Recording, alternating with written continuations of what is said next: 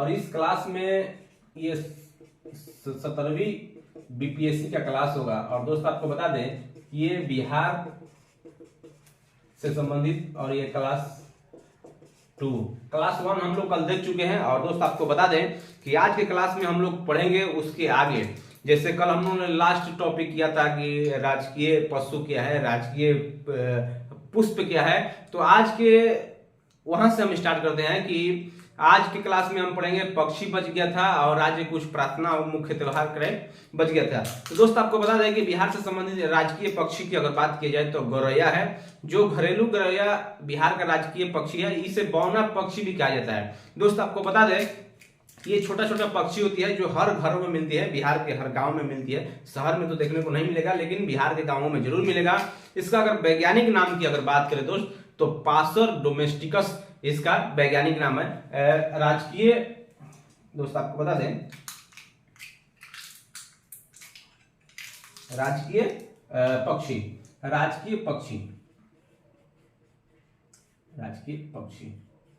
गौरैया,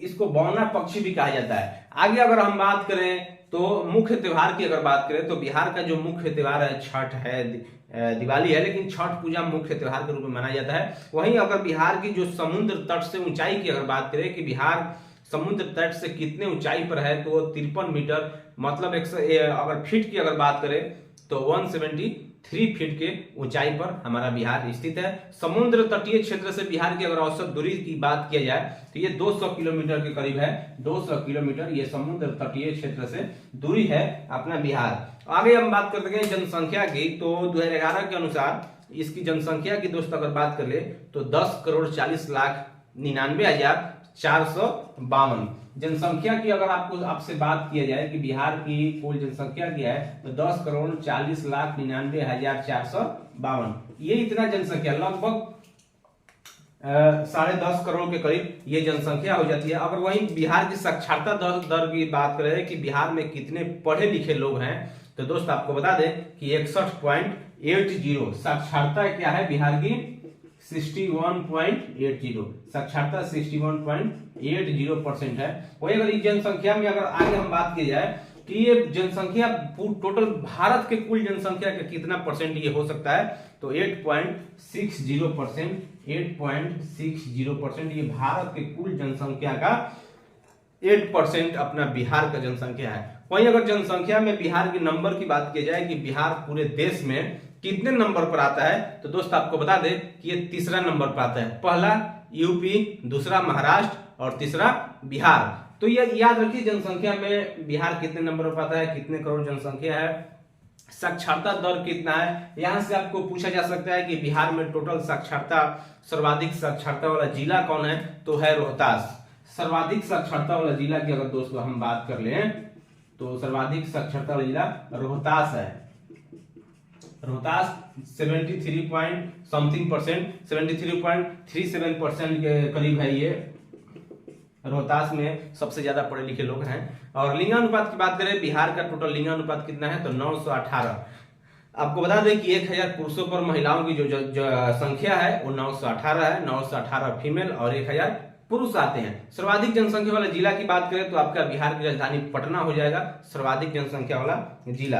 वही अगर हम आगे दोस्त बात करें कि जनसंख्या के दशकीय वृद्धि क्या है, दशकीय वृद्धि मतलब 10 साल में कितना वृद्धि हुआ है जनसंख्या के।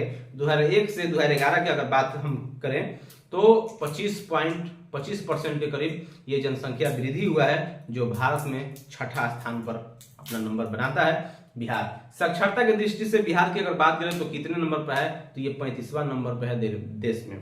अभी हाल ही में क्वेश्चन आया था कि डॉल्फिन दिवस कब मनाया जाता है बिहार में, तो 5 अक्टूबर को डॉल्फिन दिवस मनाया जाता है। तो ये चीज आपको समझना पड़ेगा कि बिहार में जो बिहार का ये सब जो जानकारियां हैं ये हमेशा आपके एग्जाम में पूछा जाता है। और कुछ जानकारी अगर बात करें तो मान लीजिए ये विधान मंडल है और विधान मंडल में ये 2 सदन है बिहार में। एक है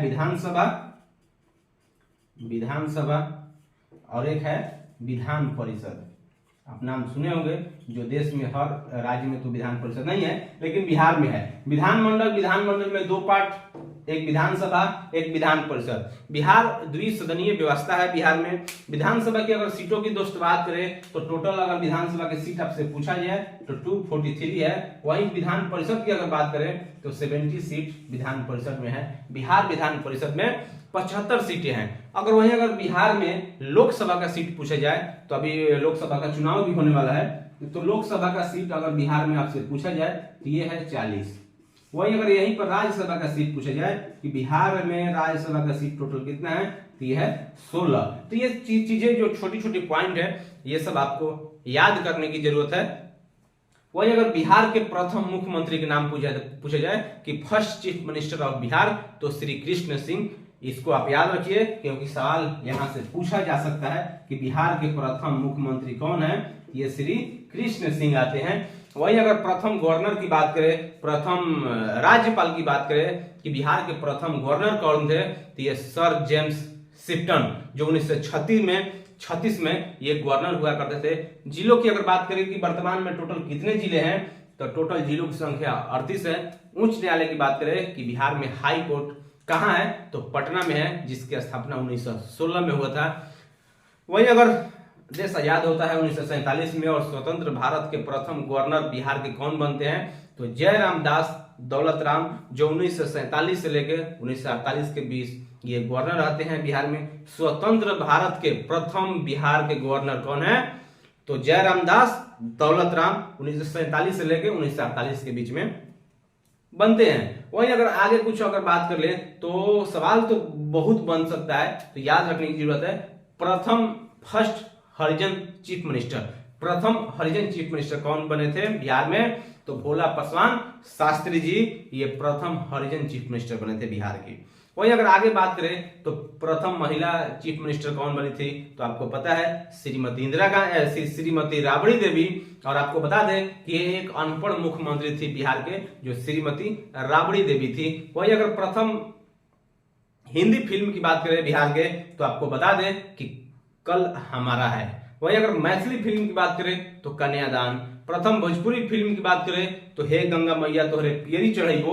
तो ऐसे ऐसे करके ये सब ऑनलाइन जो बातें हैं ना, ये चीज आपके दिमाग में होना चाहिए, तो ये सब लिखते जाइए। नालंदा विश्वविद्यालय भी चर्चा में रहता है, बहुत चर्चा में रहता है, तो उसका भी हिस्ट्री कुछ जानने की हम प्रयास करेंगे कि नालंदा विश्वविद्यालय दुनिया का सबसे बड़ा विश्वविद्यालय था, पुराना विश्वविद्यालय था, विदेशों से लोग पढ़ने के लिए आते थे। लेकिन इसको नष्ट कौन किया? सुने हैं कि बख्तियार खिलजी ने इसको नष्ट कर दिया। बिहार का सबसे पुराना चिकित्सा महाविद्यालय पटना मेडिकल कॉलेज था। सबसे पहले स्थापित विश्वविद्यालय पटना विश्वविद्यालय ही था, जो 1917 में इसकी स्थापना हुआ था, पटना यूनिवर्सिटी का। तो बिहार में ऐसे ऐसे जो करमाते हैं ये सब आपको याद रखने की जरूरत है। बिहार में किस बैंक की स्थापना सर्वप्रथम हुआ था तो इलाहाबाद बैंक का।